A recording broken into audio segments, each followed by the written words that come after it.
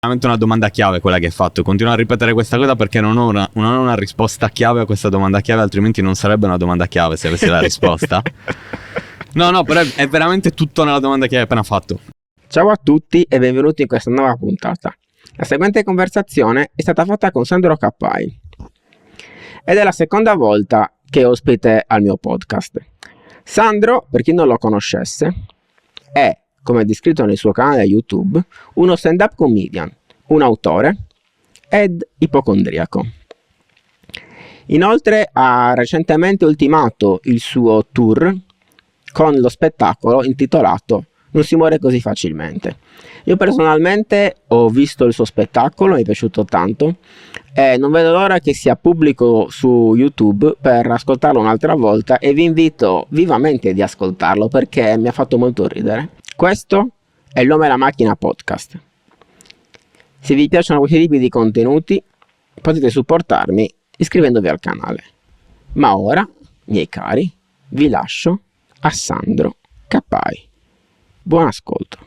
Prima di tutto bisogna ringraziare i ragazzi del Capitol. No, lo stiamo già facendo. Abbiamo già iniziato. Sì. No, ringraziamo assolutamente i ragazzi del Ci hanno Capitol per la... dato la sala e possiamo fare questa bellissima intervista. Sì, sono molto contento in questo bel posto prima dello spettacolo.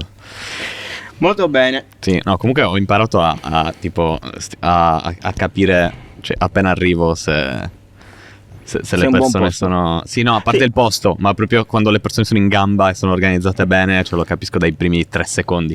Sì, ma infatti a me hanno anche qui mi sento già di dire che sono uno dei migliori del tour, cioè organizzati meglio di tutto il fra gli organizzati meglio di tutto il tour. Perché quando arrivi ti fanno proprio le domande giuste subito, cioè tipo ok, prego, da questa parte, cosa vuoi mangiare? Facciamo il soundcheck, cioè dici ok, qui sono veramente... Sono esperti. Sì. Bene, possiamo iniziare. Vai. Allora, prima di tutto, congratulazioni perché sei la persona che ha più visualizzazioni nella mia pagina. Grazie, sono contento. Secondo me te lo meriti perché sei molto bravo. È comunque un piacere rivederti. Piacere mio rivederti. Allora, iniziamo con una domanda che si fa spesso, ma solitamente si dà sempre la risposta uguale. Okay. Però questa volta date voi la risposta vera, quella autentica e la realtà. Quindi come stai? Come stai? Bene. Però è vero, cioè nel senso mi mette molta ansia a dire bene, però è vero, cioè nel senso va bene, cerco di non pensarci quando... Bene, per quanto riguarda anche la tua carriera, sta andando il tour, ormai siamo quasi alla fine. Sono contento e cioè, lì tanto cerco di non pensarci, cioè cerco di fare le cose, di farle succedere, però cerco di non pensarci troppo che mi viene ansia, però sono contento, cioè è stato un bel tour, è stato un bellissimo tour, poi ancora non è finito, manca ancora un mese, ci sono ancora un sacco di date molto importanti. Per adesso è stato un bel tour, ho visto una risposta assurda e questa cosa è assurda, cioè che ci sia stata così tanta risposta e quindi bene, sono contento. Poi a me piace girare, cioè non mi pesa la vita da tour, infatti sono contento che adesso tipo facciamo un altro mese con questo spettacolo e poi ci fermiamo e sono contento perché lavoro al nuovo spettacolo, però mi dispiace che fermarmi dal tour, cioè a me piace stare in tour. Ti piace la possibilità di fare lo spettacolo di per sé oppure ti piace girare? Il 100% cioè girare, la mattina ti svegli e devi fare il check out, devi andare a prendere il treno e devi cambiare città. Conosci nuove persone, fai lo spettacolo, mi piace. Beh, questa sicuramente è la parte più bella, perché la parte più noiosa, tra virgolette, penso sia scrivere. Allora, in realtà è interessante che lo dici perché di solito non lo dicono le persone. Ok. Cioè, di solito... Allora, a me... Perché poi dipende cosa intendiamo per scrivere. Nel senso che se per scrivere intendiamo proprio mettermi davanti al computer a scrivere parola per parola un testo, sì, è noioso. Però io è raro che faccio così. Cioè io per scrivere intendo stare a pensare un pezzo, a lavorarci, magari mi butto giù la struttura e poi lo provo. E che per me quella è la scrittura. Ok. Mentre cioè, quella a me piace, cioè, infatti adesso non vedo l'ora di ricominciare a scrivere in quel senso lì, però Mentre scrivere sì fisicamente al computer è una cosa che poi io odio fare, perché inizia a perché io adesso ne parliamo forse nella puntata che abbiamo registrato, che all'inizio non tutte scrivo. le 3 fasi, diciamo. Esatto. Ci sono 3 fasi, mi pare. Esatto. Ed è raro che quando le prime volte che scrivo un pezzo non ce l'ho scritto, cioè Sì, c'ho sì, tutto lo lo sappiamo, schermo. lo dici in tutte le interviste. Esatto. Ormai tutti lo Quindi però per me quello, io sto già scrivendo, cioè per me quella è già la fase di scrittura, cioè nel senso la fase di scrittura non inizia quando mi metto davanti al computer, cioè sto già scrivendo. Sì. Quindi quella fase a me piace un sacco, cioè soprattutto quando dici le cose per la prima volta sul palco, le provi per la prima volta, cioè mi cago sotto tantissimo, perché stai ripartendo da zero e non hai nessuna certezza, cioè non conta quello che sei stato fino a 10 minuti prima, fino a un secondo prima, cioè adesso riparti tutto da zero. Però a me piace un sacco quella fase, quindi no, quello sì. Mi pesa poi quando magari devo scrivere al computer eccetera, ma non è che mi pesa farlo, non è che è noioso farlo, mi preoccupa, perché secondo me quando lo sto scrivendo smette di essere spontaneo, e quindi poi la nuova sfida diventa: adesso mettiamo per iscritto questa cosa che sto provando da un po', così rimane un attimo più cristallizzata, un attimo più studiata e precisa, però poi la sfida diventa farla rimanere spontanea sempre. E quindi... Per quanto riguarda questa cosa che stai dicendo, mi ha colpito molto una cosa che hai detto nell'ultima intervista, ovvero sei sempre l'ultimo spettacolo. Ok. Questo l'ho detto da te o in un'altra intervista? Da me. Ok, sì.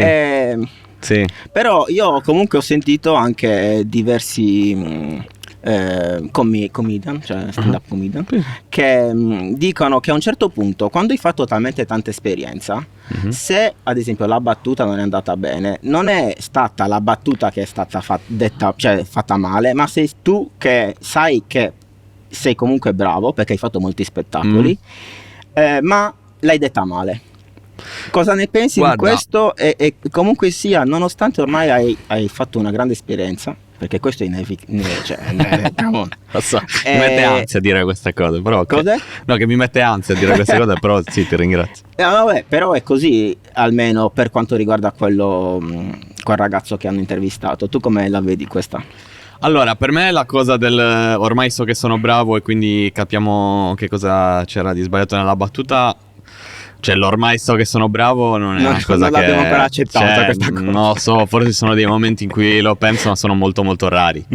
Cioè non dipende, cioè è veramente ci sono sere in cui magari non sono soddisfatto e dico forse non lo so fare, e invece una sera in cui sono soddisfatto dico no, lo so fare. Come fai a pensare a una cosa del genere nel momento in cui ci sono tante persone che stanno dedicando il loro tempo e i loro soldi, lo so, per appunto, venire... però questa è una cosa, appunto, a maggior ragione, cioè bisogna sempre crescere, a maggior ragione, se tanta gente ti dà tutta questa fiducia, bisogna ripagarla la fiducia, e quindi bisogna essere all'altezza delle aspettative, della fiducia che ti stanno dando. Poi ovvio adesso sto esagerando, cioè nel senso so che lo so fare. Grazie. Però c'è la coda del no, ma ormai sono bravo. No, poi ormai è una parola che odio, cioè ormai non vuol dire niente, cioè anzi, poi in realtà è una cosa che sto pensando spesso ultimamente. Anzi, spero proprio di non essere ancora diventato bravo, cioè spero proprio che ci sia ancora tanto da imparare, spero di avere ancora tanto di dover crescere tanto, cioè spero quello. Me la cavo, lo so fare forse, però no, spero proprio che diventare veramente bravo, spero che sia ancora lontanissimo, cioè, perché voglio ancora imparare tanto, voglio ancora crescere tanto. Detto questo, poi sulla battuta è vero che magari ora comunque dopo anni di esperienza, se una battuta non funziona non è che dici no basta, questa cosa non ne parlerò mai più, non salgo, cioè a parte che io non salgo più sul palco, non l'ho mai pensato neanche le volte in cui è andata malissimo, però cioè sì, adesso se magari una battuta non funziona, un pezzo non funziona, sono molto più pragmatico, dico capiamo cosa non è andata, perché un modo per farla funzionare devo trovarla, e magari lavorandoci un po' lo trovo. Quello sempre, anche perché poi è fondamentale nella stand up, cioè se ti arrendi alla prima volta allora inizi a fare sempre le cose di cui sei sicuro e allora non ha più senso fare questa cosa. Quindi quello sì, cioè nel senso, quello sì, adesso in questo momento se provo un pezzo nuovo e non funziona non mi abbatto minimamente, quello sì, non mi abbatto minimamente. E invece come ti fa sentire quando gli altri comici, come ad esempio Ravenna, ti fa molti complimenti, perché io sono stato uno spettatore di un suo spettacolo. Ok, a Cagliari? Esatto. Ah, ok. E avrà sottolineato, non so, almeno 3-4 volte quanto tu sei bravo. Questo non Supporto di Luca Ravenna mi ha sempre caricato un sacco, Ok. perché lo stimo un sacco e quindi mi fa e soprattutto poi cioè, noto che sono cose totalmente disinteressate, perché non avrebbe nessun interesse a farmi complimenti. Sì, quindi esatto. Cioè sembrava questo mi proprio carica autentico un che ci sacco. credeva davvero, Sì, no, non no. c'era un Infatti questo mi facciamolo carica un sacco, contento. mi fa super piacere, mi carica e periodicamente in questi anni le chiacchierate con Luca Ravenna mi sono servite un sacco, quindi mi carica tanto, sì. Quindi No, mi fa piacere, Quindi allora diciamo che a un certo punto la tua carriera è decollata molto. ok. Ok. Questo Vabbè, ok. non è vero. Sì, no, sì, Ok, sì, cioè, perfetto. nel senso è andata bene, Sì, molto bene. a quanto riguarda questo, la fama ti ha cambiato un po'? Allora, O premesso anche le che poi persone, magari quelli che erano tuoi amici prima, oppure che non lo erano, si stanno più avvicinando a te, Allora- come sta andando? Allora, premesso che poi La fama, ok. No, a parte che no, non voglio dire sempre questa cosa, sì, no, non ho fame, eccetera. No, però è vero che nel senso, cioè, sono assolutamente estremamente grato di tutto quello che ho, questo tantissimo, e comunque cioè, mi accorgo, cioè, nel senso, ho del seguito, ci sono persone che comprano i biglietti, questa cosa assurda ed è bellissimo. Dico, però nel grande, nel senso, vedendola proprio in grande, poi comunque il resto c'è di nicchia. Sì. Poi dipende, nel senso dipende anche dalle città, eccetera, però sì, nel senso non è la grande fama è un'altra cosa, però sì, comunque non però sì, cioè nel senso capita che le persone ti riconoscono, e in generale, ripeto, i posti si riempiono, eccetera, quindi quello non lo sto assolutamente negando, anzi lo rivendico e sono felicissimo e sono estremamente grato. Cioè, intendevo che parlare di fama a volte mi sembra, non so, Damiano dei Maneskin che esce di casa, capito? Cioè, nel senso, rapportato a quello, capisci, non è niente, intendevo Ok. quello. Non è niente, è tantissimo quello che ho, nel senso che a livello di fama stiamo parlando di proporzioni molto diverse. Ma allora, non lo so, in realtà no, cioè, nel senso, gli amici di sempre è proprio rimasto identico. È rimasto identico, si divertono molto quando qualcuno mi riconosce in giro. Allora, Salutiamo gli amici di Sandro. Esatto, salutiamo tutti, in particolare Giacomo, che è un nostro Grande amico in Giacomo. comune. Lui si diverte molto quando siamo insieme e qualcuno si avvicina. Perché mi ha riconosciuto, è una cosa che lui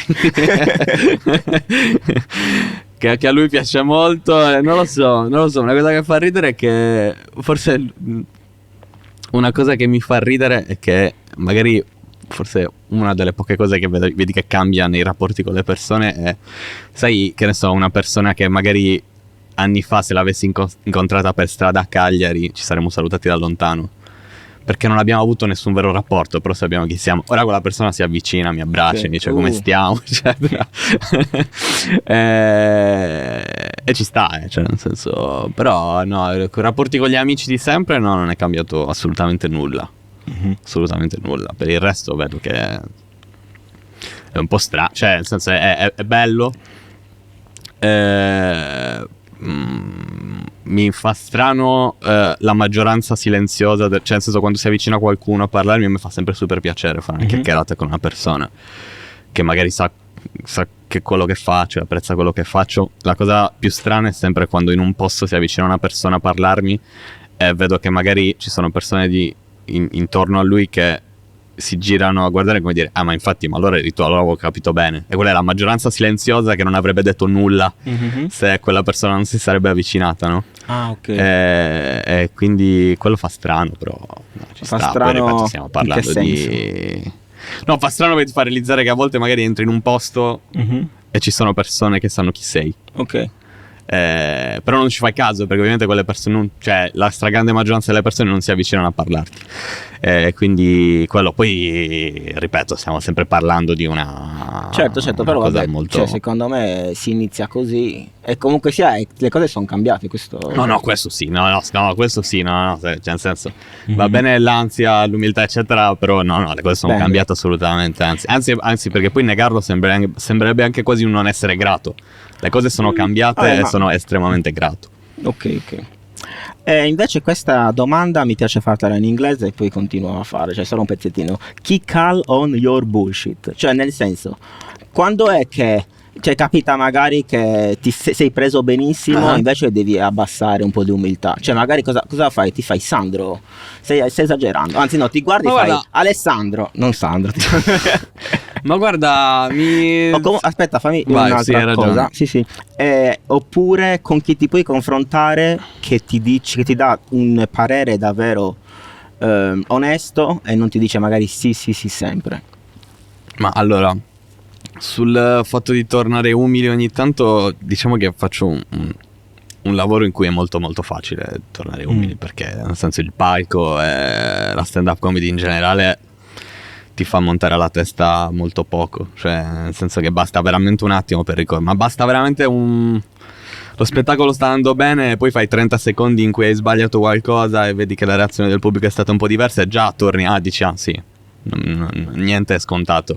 Quindi in realtà è molto facile nella stand up, quindi non capita. Anzi, in realtà ho iniziato a impormi dei momenti in cui essere felice per le cose, perché non che io non sia in grado di essere felice, anzi mi succede spesso, però sei un po' per ansia, per scaramanzia eccetera, dico vabbè, calmiamoci perché nulla è scontato eccetera. Ogni tanto mi prendo dei momenti per dirmi oggi sono contento e sono contento e quindi siamo contenti per questo. Però no, il resto non... Cioè succede più questo, cioè che devo dire festeggiamo questa cosa, piuttosto che... E devo dire mi piace, secondo me le cose vanno festeggiate, come diceva Pertini.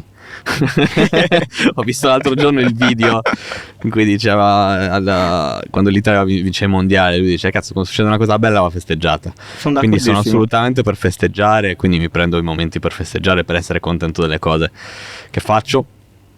Però di montarmi la testa mi sento di dire che molto non penso che sia successo per adesso. E appunto ripeto, quando va molto bene, una serata va particolarmente bene, scendo dal palco che già sto pensando ok, adesso lavoriamo alla prossima, quindi non ci sarebbe neanche il tempo minimamente per pensarci, perché appunto come ho detto la stand up ti riporta coi piedi per terra appena dai per scontata una cosa, quindi su quello non c'è problema.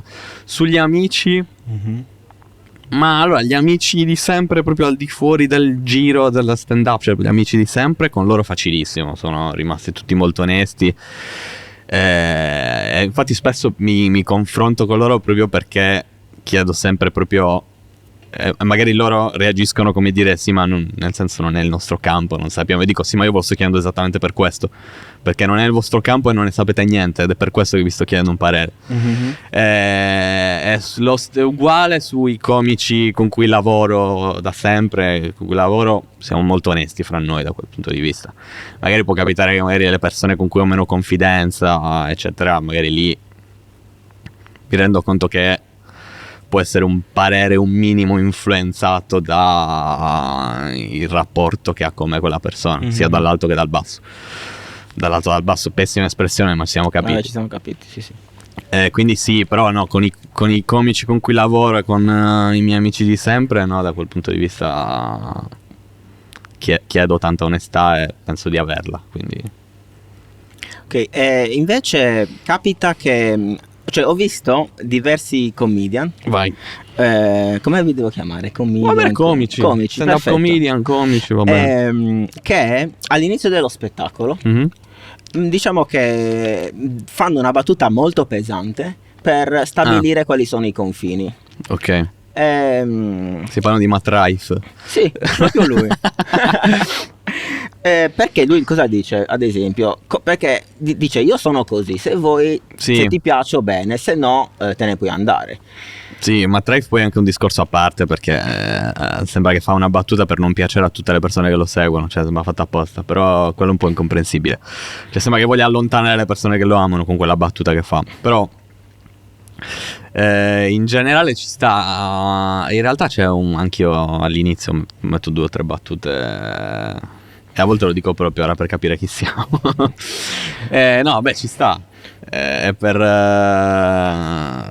per capire bene, non poi per dosare il resto dello spettacolo, perché poi lo spettacolo giustamente fai quello che devi fare, però per capire come la devi prendere, come ci devi arrivare alle cose, ci può stare.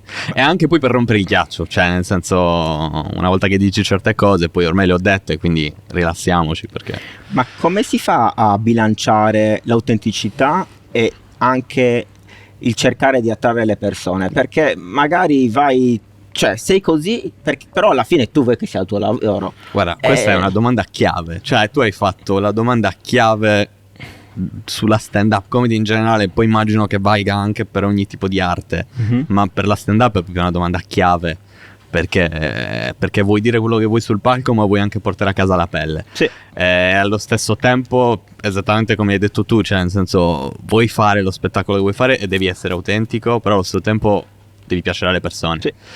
È difficile, bisogna non è che bisogna bilanciare le due cose, cioè l'obiettivo è fare quello che ti fa ridere, quello che ti piace, e cercare di renderlo il più accessibile a più persone possibili, secondo me. Però non ho capito come fai a farlo.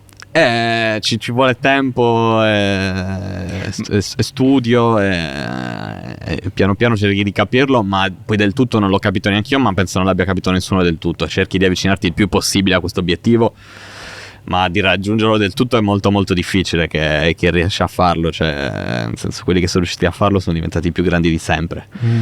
Quindi però è veramente una domanda chiave quella che hai fatto. Continuo a ripetere questa cosa perché non ho una risposta chiave a questa domanda chiave, altrimenti non sarebbe una domanda chiave se avessi la risposta. No, però è veramente tutto nella domanda che hai appena fatto. È tutto nella domanda che hai appena fatto, secondo me. Ok. Cioè, come diventare un bravo comico è tutto nella domanda che hai appena fatto. Cioè, capire come essere autentico ma piacere a più persone possibili.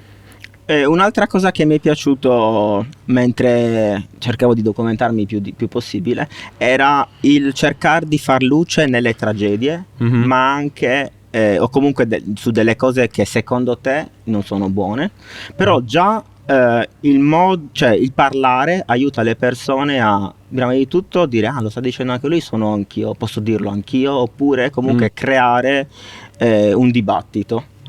Perché ti ho visto farlo in diversi spezzoni. Qual è il tuo pensiero al riguardo? Cioè, è come dico io oppure c'è qualcos'altro? Cioè, come dici tu, nel senso, per della serie creare... che vuoi che le persone si rendano conto di una cosa e quindi le lo dici, ma ovviamente ci metti la battuta. Non oppure lo so. comunque lo vuoi solo dire perché è una cosa che ti tocca e ci credi. Allora, cioè, non lo so, su far sì che le persone si rendano conto di qualcosa, non lo so, questo forse non è una cosa che mi appartiene tanto. Ma personalmente credo che quello che faccio sia più almeno cioè quello che faccio io, perché chiaramente ogni comico ha modi diversi e obiettivi diversi.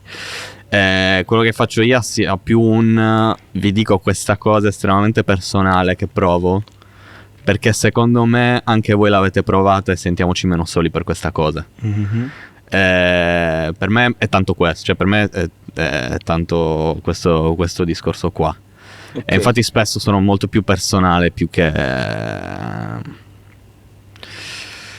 cioè, come dire, parto molto, molto dal personale, poi si cerca di fare dal personale all'universale, però parto sempre dal personale, cioè è raro. Succede, però è più raro che dico nel mondo succede questa cosa, ecco cosa ne penso. Ok.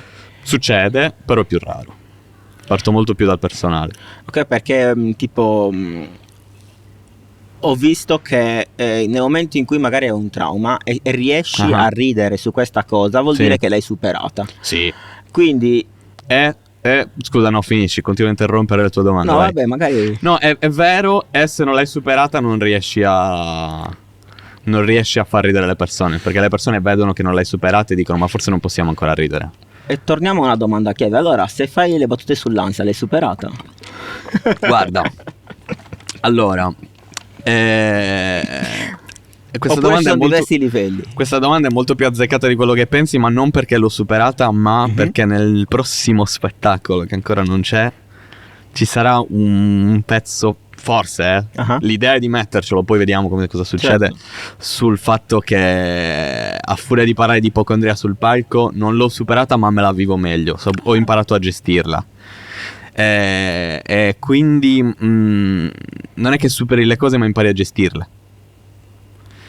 E a volte non è solo il superare una cosa, cioè non è solo che se ne parli sul palco devi averla superata, ma a volte più che l'hai superata magari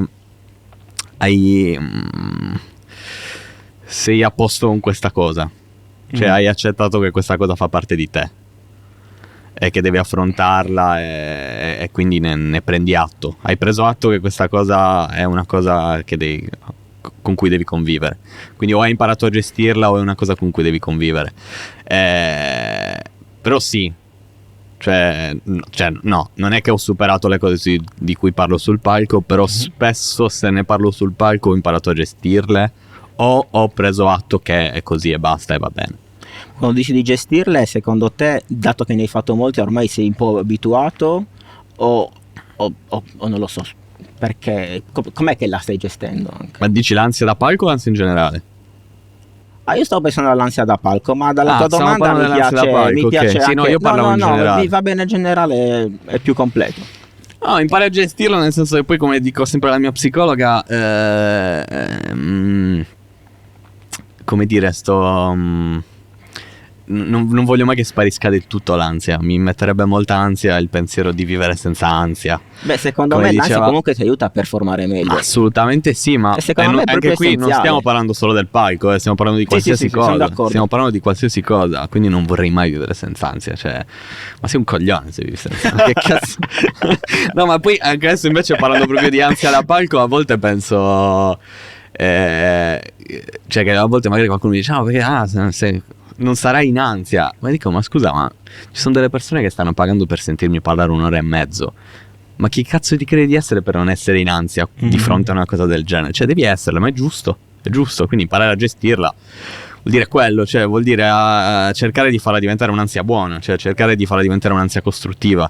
Cioè una cosa che ho imparato o che sto imparando e che su cui sono migliorato è appunto quando ho iniziato a girare con questo spettacolo, e appena prima, quando iniziavo a vedere che le persone veramente, cioè non c'erano persone a vedere un comico qualsiasi, vediamo stasera c'è un comico, andiamo a vederlo. Cioè hanno iniziato a venire le persone che venivano a vedere me e che quindi investivano il loro tempo e i loro soldi nel vedere me. Inizialmente, cioè questa cosa è bellissima, ma inizialmente è molto difficile gestirla per la pressione, per la responsabilità. Ad un certo punto mi sono detto, tu puoi fare solo una cosa, quest'ansia da prestazione puoi trasformarla in una cosa buona, ovvero dare il 100% ogni volta ed essere sempre sicuro che dai il 100%. Perché se sono sicuro di aver dato il 100%, Non hai rimpianti. Esatto, cioè nel senso, poi chiaramente se uno va a casa che non gli è piaciuto lo spettacolo mi dispiace umanamente. Però, e penso anche, cerchiamo di migliorarci se qualcosa è andato storto, però so che ho dato il 100%, quindi cercare di far diventare l'ansia una cosa costruttiva secondo me è importante, e intendo quello. Per gestirla Sì. intendo quello, far diventare l'ansia una cosa costruttiva. Ok, e invece hai menzionato la tua psicologa e volevo chiederti, perché ne parli anche nel palco, Sì. e la domanda è come mai hai voluto dire questa cosa che magari è molto personale, è sempre perché ti aspettavi che diverse persone, e quindi è come dire che è normale, normalizzarlo anche. No, ma questo sicuramente sì. Ah. Cioè, proprio per dirlo, e mi piace molto dirlo con estrema leggerezza, cioè non col tono di dire, e ora vi dico una cosa incredibile. Mi piace buttarla lì con leggerezza. Sia perché mi piace appunto il messaggio che passi, cioè che è una cosa che si possa dire in leggerezza e che non c'è nessun problema, ma anche perché poi onestamente non ho nessun problema a dirlo, proprio non ho nessunissimo problema a dirlo. Anche la primissima volta non ti sei sentito imbarazzato? No. Ok. No, devo dire di no. Poi qui c'è anche un aspetto estremamente patetico, cioè il fatto che un comico se trova una chiave di lettura divertente su una qualsiasi cosa, tutto il resto passa in secondo piano, dici fanculo, dobbiamo dirlo sul palco. quindi veramente sul resto hai pochi filtri. Una volta che trovi una cosa, una chiave di lettura divertente, hai semplice la voglia di raccontarla sul palco supera qualsiasi cosa. Quindi è una serie di queste tre cose. Cioè uno, che personalmente non ho mai trovato nessun problema, nessun imbarazzo a dirlo, perché mi piace che chi invece magari trova imbarazzo a dirlo, mi piace che vedano invece che è una cosa che si può dire con leggerezza totale. E la terza cosa è una cosa più comica, cioè se è una cosa divertente devo dirla. Cioè se penso che una cosa sia divertente devo dirla. Ci sta. E come fai? Cioè, qual è la metrica per capire se una battuta è buona o no nel palco? Allora, quindi parliamo proprio di metrica, di tecnica. Sì. O la metrica cioè nel senso l'unità di misura per capire. C'è unità di misura? No, non lo so. Cioè, nella mia testa sì, sono le battute A e B, ma in realtà credo per molti comici. Vai, elaboramela. Cioè, sono le battute un po' più forti, le battute che ti tieni perché ti piacciono, però magari non sono a prova di bomba. A volte vengono apprezzate, a volte no. Però come dire, per capire come funziona sul palco la devi provare sul palco. E la devi provare tante volte, perché se funziona una volta non vuol dire che funzionerà sempre. Perché a volte c'era il mood giusto, a volte hai azzeccato il decimo, a volte è veramente questione di decimi di secondo. È veramente questione di decimi di secondo, e chiunque faccia il comico con un po' di esperienza sa questa cosa. È incredibile. A volte una pausa di un decimo di secondo fa funzionare una battuta, e se non la fai non funziona. Quindi diciamo che una cosa che succede, che poi dopo un po' con l'esperienza un po' riesci a prevedere se una battuta funziona o no, però secondo me impari a prevederlo sulle battute che poi sono un po' matematiche, no? Mm-hmm. E quando una battuta è scritta nel modo scientifico ci sta, le faccio, però secondo me non è quello che cerchiamo di fare come comici. Quindi ci sono le battute che un po' impari a prevedere se funzionano o no, però non sono quelle che poi davvero fanno la differenza su quanto è bello il tuo spettacolo o no. Cioè sono le cose su cui un po' sperimenti, in cui un po' vai a cercare cose nuove, e quelle robe devi provarle col pubblico, e non c'è altro modo. E la mimica quanto è importante? La mimica, allora io in realtà non la uso tanto, ma la uso raramente e serve. Cioè nel senso, proprio perché la usi raramente e quindi spesso serve. Poi dipende dal comico. Sono comici in cui la mimica è fondamentale, comici in cui sono freddissimi, hanno sempre la stessa espressione. Dipende molto dal comico. Chiaramente è fondamentale saperla usare o non, cioè nel senso è fondamentale sapere se usarla o no, credo. E quindi anche, cioè nel senso, parlando proprio dei più grandi, sono quelli che la usano tantissimo e quelli che non la usano nulla, ma sono semplicemente due modi di usare la mimica. Cioè nel senso, non è che uno non la usa e l'altro no, sono due modi di usare la mimica. Cioè non usarla per niente sarebbe anche mimare per te. Sì, sì, lo è in generale. Sì. Cioè avere sempre la stessa faccia fissa è un modo di usare la mimica. Quindi sì. Chiaramente anche quello è molto importante. Mai quanto il ritmo, il tempo, le pause sono una cosa, ma è proprio impressionante quanto è importante. È impressionante. Ma cioè anche chi fa il comico dice non è possibile che questa cosa ha funzionato così tanto di più perché ho fatto questo mezzo secondo di pausa fra una parola e l'altra. Cioè quello è incredibile. Senti, nel mio esame di maturità c'era un tema che si intitolava Siamo quello che mangiamo. Adesso che sono più vecchio e più saggio dico siamo quello che sbagliamo. Secondo te, anzi, quali sono stati i tuoi errori che ti hanno aiutato nella carriera? No, sono molto d'accordo su quello siamo quello che sbagliamo, anche perché lo vedo molto come una cosa cioè è sempre, ogni volta che mi mangio i coglioni per una cosa che ho fatto e di cui sono pentito, dico ma cazzo, ma come ho potuto fare questo errore? L'unico modo per stare meglio, per rialzarsi, è sempre l'unica cosa che posso fare è imparare una cosa da questa cosa, e quello mi fa sempre stare meglio. Cioè, dico, beh, nel senso, forse era l'unico modo per imparare questa Sì. cosa. Certo, te Per me l'avrebbero funziona potuto. molto. Sì, ma perché è vero, ma perché anche se poi certe cose te le dicono, poi non le impari bene come le impari sbagliando. Come si dice c'è un termine che è intraducibile in italiano, che è tipo, non è scrammentare.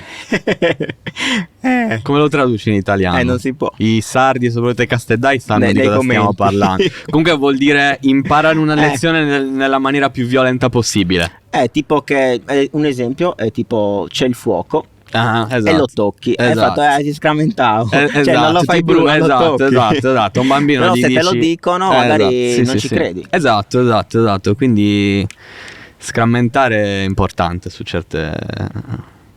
certi casi è importante. Errori che ho fatto, non lo so, mi vengono in mente solo cose che non dirò in un podcast. Ma per il resto non lo so. E ha un consiglio a un ragazzo che sta cercando di fare il comico e gli vuoi dire di non fare quella cosa? Ce l'hai? Che magari questo non serve neanche a imparare. No, infatti. Quindi dici, guarda, non farlo. Ok, questo è molto interessante. Forse è una domanda che meriterebbe giorni di riflessione e poi darti la risposta vera, perché il rischio di darti una risposta deludente di cui mi pento tipo domani mattina. Però è vero, ci dovrà pure essere sicuramente una cosa che dici, guarda, questa non serve neanche che cioè è meglio di no e basta. Non lo so, perché mi viene in mente ad esempio quando le prime volte ti va bene, proprio appena iniziato le prime volte ti va bene e dici no, forse lo so fare, e poi vai male e scrammenti e lì scopri che no, in realtà non sai fare assolutamente niente. Però forse è proprio importante che ti monti la testa. È importante che la prima volta, la seconda volta che vai benissimo, che ti monti la testa, così è ancora più doloroso quando poi il mondo ti fa scoprire che no, ti sei esibito 2 volte, non sei ancora un comico, devi ancora non imparare a diventare, devi anche solo imparare cioè devi ancora raggiungere anche il livello in cui puoi dire che stai provando a fare questa cosa. E però quindi no, neanche in questo caso, perché è proprio no, ti devi montare, è giusto così, ti devi montare la testa e poi devi farti male quando vai male. Quindi neanche in questo caso forse no, neanche in questo caso. Ok, ascolta, siamo nel 2022. Poi una cosa la Vai, posso certo. dire. Una cosa.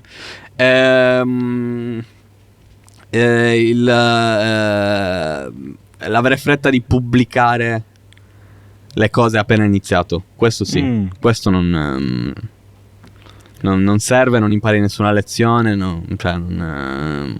Stai pubblicando. Cioè i comici che proprio iniziano hanno fatto 2 o 3 open mic che già pubblicano il pezzo online. Ok.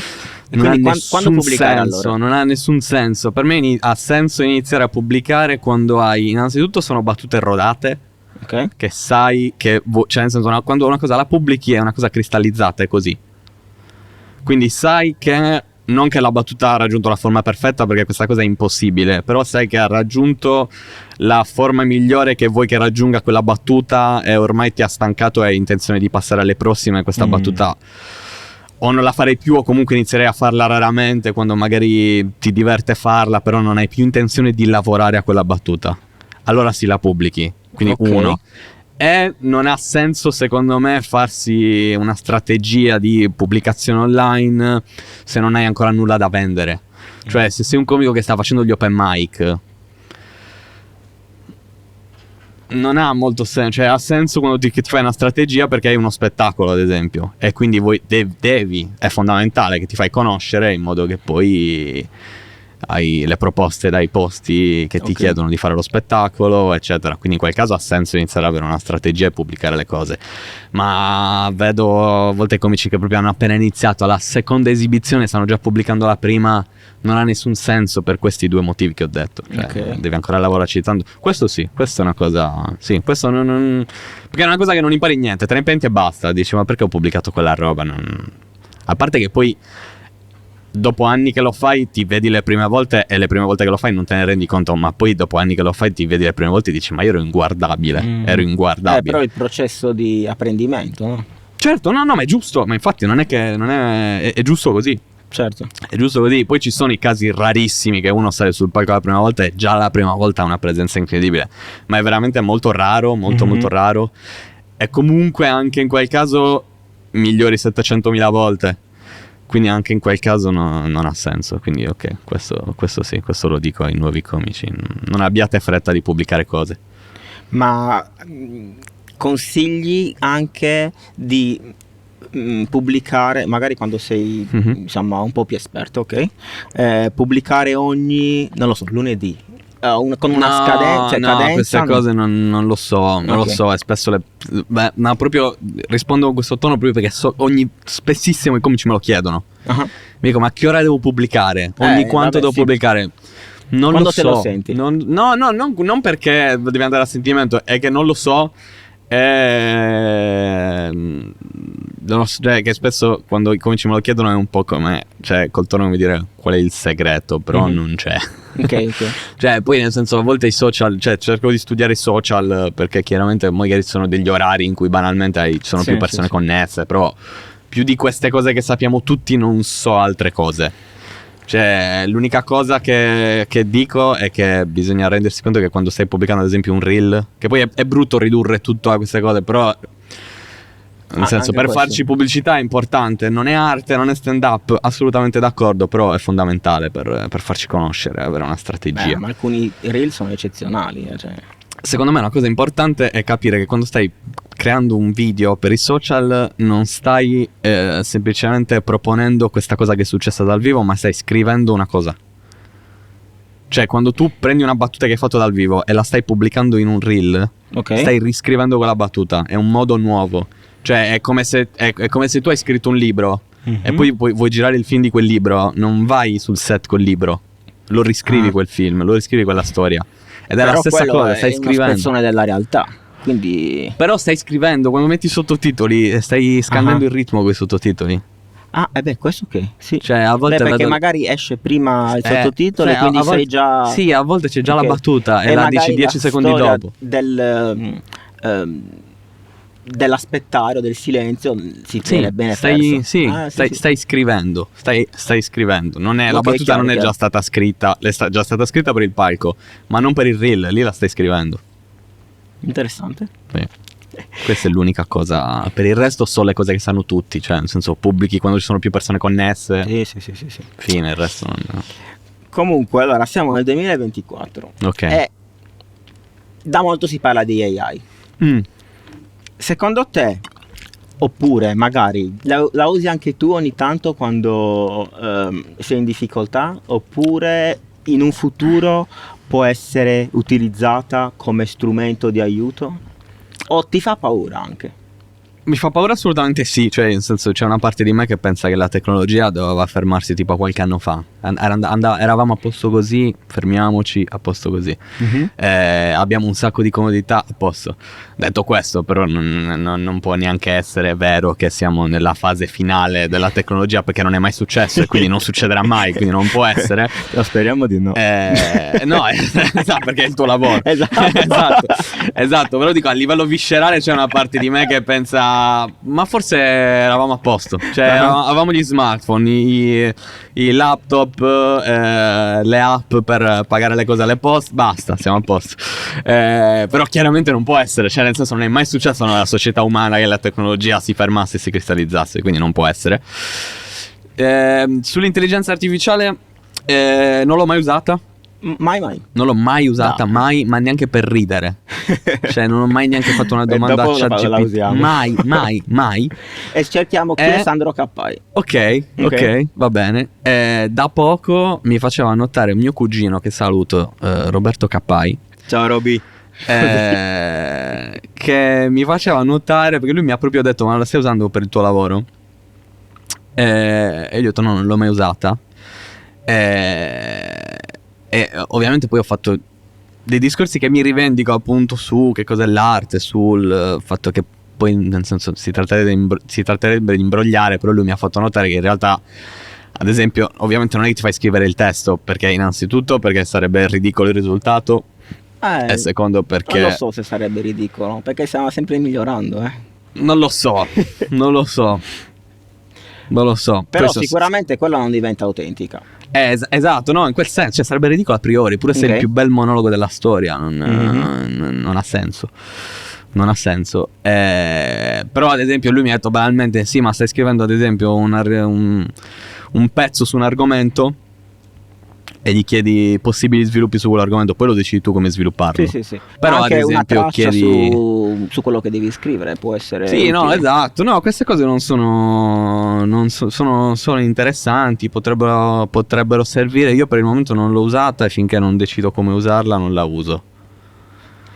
Però vedremo, cioè nel senso non lo escludo. Per il momento non l'ho mai usata e non sento il bisogno adesso di usarla. Però può essere che ad un certo punto, ripeto, non per farti scrivere il testo perché non ha Certo. senso, non ha proprio senso, ma allora cosa la facciamo fare sta cosa? Però magari appunto per pensare a possibili sviluppi su un argomento o anche banalmente su, che ne so, cosa si sa su questo argomento di cui sto parlando. Ma invece come la vedi se te la scrivesse tutta e tu come la dici metti del tuo? Però, No, non lo farei ok. mai. Non lo farei mai, non so neanche se sia possibile poi trasformarlo, perché non è solo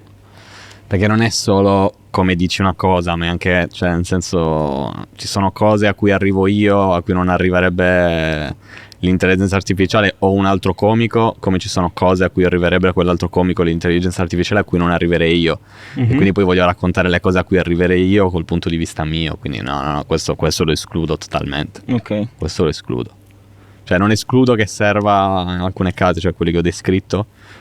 Probabilmente ci sono altri casi ancora che scoprirò per cui potrebbe essermi utile, però no, questo no. Quando invece devi comunicare una cosa seria, come ti approcci al dire la cosa seria? Stiamo parlando della vita di tutti i giorni o Sì, comunicazione nella vita pubblica? di tutti i giorni, ma cioè tipo, non lo so, vai su ChatGPT, come faccio a comunicare? Esatto, la uso per quello, per le cose serie uso l'intelligenza artificiale.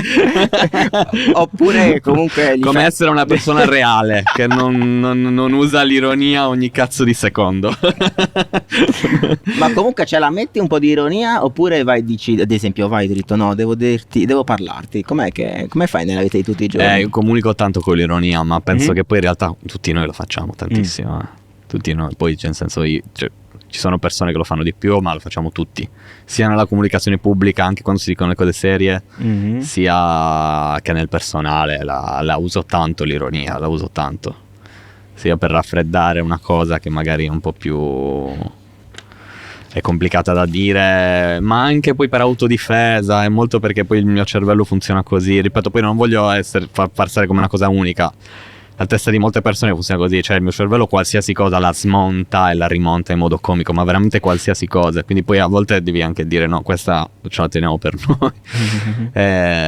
Però su quello veramente il mio cervello lo fa su qualsiasi cosa, non c'è nessuna cosa che il mio cervello non smonta e rimonta in modo comico, anche di qualcosa di tragico e terribile per me. Comunque non riesco a non pensare a quel lato lì. L'ironia quando parlo la uso tanto, e anche se devo dire una cosa seria sì la uso tanto. Poi spesso banalmente è più capire con chi sto parlando, cioè se so che una persona se non c'ho molta confidenza, ma anche se banalmente è una persona che conosco bene, però so che quell'argomento lì in quel momento lì non è un argomento su cui vuole sentire delle battute, me le tengo per me. Però altrimenti se posso sì, no, l'ironia è fondamentale, ma secondo me, ripeto, chi più chi meno, però in generale ce l'abbiamo tutti, cioè tutti noi comunichiamo tantissimo con l'ironia. Mentre ci sono delle cose di cui vorresti parlare e non abbiamo parlato e che ci tieni a dire? Non lo so, vai, spaziamo. Di che argomenti? Ma non so, sia della tua carriera o qualcosa che secondo te la gente deve sapere anche di te. Qualcosa che deve sapere di me, le Sì. persone. No, non lo so, forse abbiamo detto Hai fatto delle domande veramente azzeccatissime, che è il motivo per cui mi era Grazie. piaciuto tantissimo l'altra intervista. Ora mi fai arrostire. No, però è vero. Cioè, quindi, no, in realtà, anzi, mi hai dato la possibilità di dire tante cose che non avevo mai detto, quindi ora non mi viene in mente nulla. Allora te ne faccio io un'altra. Che ruolo gioca l'amore nella vita di Sandro Cappai?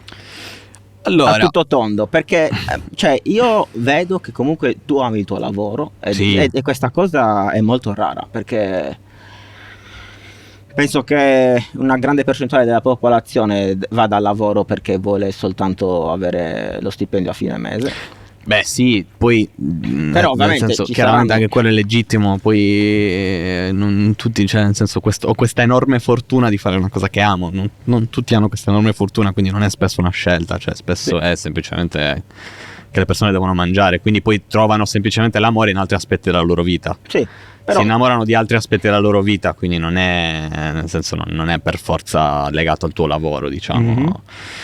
A volte, in alcuni casi, nel mio, penso anche nel tuo, cioè, sì, sono molto romantico sulle cose. E a volte forse però non lo esplicito, cioè me lo tengo per me. Cioè non Ok. sono un romantico che, a volte sì, però a volte non sono un romantico che dice le cose a voce alta, però lo penso. E quindi mi godo tantissimo le cose, cerco di godermi tanto le cose mentre succedono.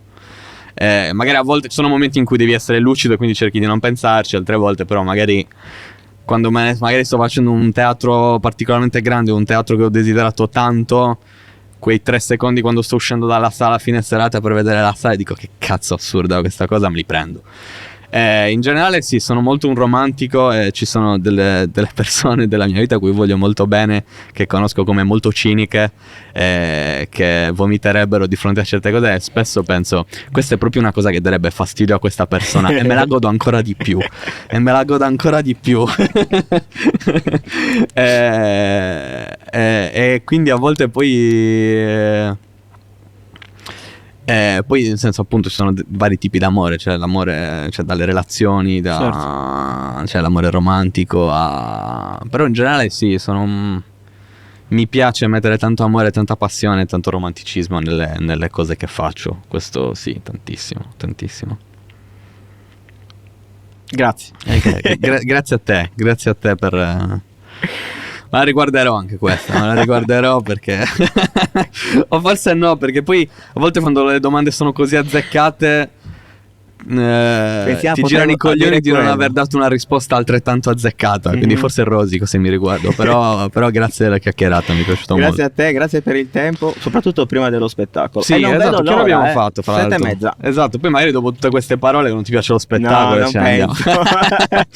No, è vero, no, 7:30 siamo tranquilli perché come sai io ho il momento in cui mi metto l'ansia, cioè nel Lo senso so, oggi me lo iniziamo sono alle scritto, 9. guarda, info. Iniziamo alle 9, alle 20:30 mi faccio venire l'ansia, alle 20:30 mi eclisso, inizio a pensare allo spettacolo e fino alle 20:29 sono tranquillissimo e chiacchiero con tutti amichevolmente. Vuoi parlare 2 secondi del prossimo spettacolo? Perché ho sentito... So ancora poco, Ho soltanto sentito che sarà più politico questo. forse, Ok. Perché questo Forse. qua è più sui non mi sentimenti. ricordavo neanche di averlo detto. Ma È io- vero che questo è molto più sui sentimenti, molto più sul molto di più, molto personale, molto più sui sentimenti. Però non lo so ancora. Cioè, probabilmente quel giorno in cui ho detto quella cosa lo pensavo. Ah, beh, sì, sì. Su questo devo ancora decidere, sulla direzione che prenderà lo spettacolo. Cioè, ho tanti pezzi già scritti, però poi la direzione generale è ancora da decidere, quindi non lo so. Ci sono sicuramente dei giorni in cui penso questa cosa. Ok, Però vediamo, non lo so. molto bene. Dai, Grazie. grazie a te, grazie a tutte le persone che hanno ascoltato questa cosa, questa intervista, questa chiacchierata. Ciao. Ciao. Grazie ancora, Ciao. Sandro. Ringraziamo il Capitol, ringraziamolo di nuovo. Ringraziamolo un'altra volta. Ringraziamolo di nuovo, ciao. Grandi. Grazie per essere arrivati fin qua. Ringrazio nuovamente Sandro, che è sempre bello fare 2 chiacchiere con lui e spero di farla anche l'anno prossimo. Ormai è un rito, bisogna continuare a portare avanti il rito. Se vi piacciono questi tipi di contenuti e mi volete aiutare, vi ricordo che potete supportarmi iscrivendovi al canale. Grazie ancora, alla prossima.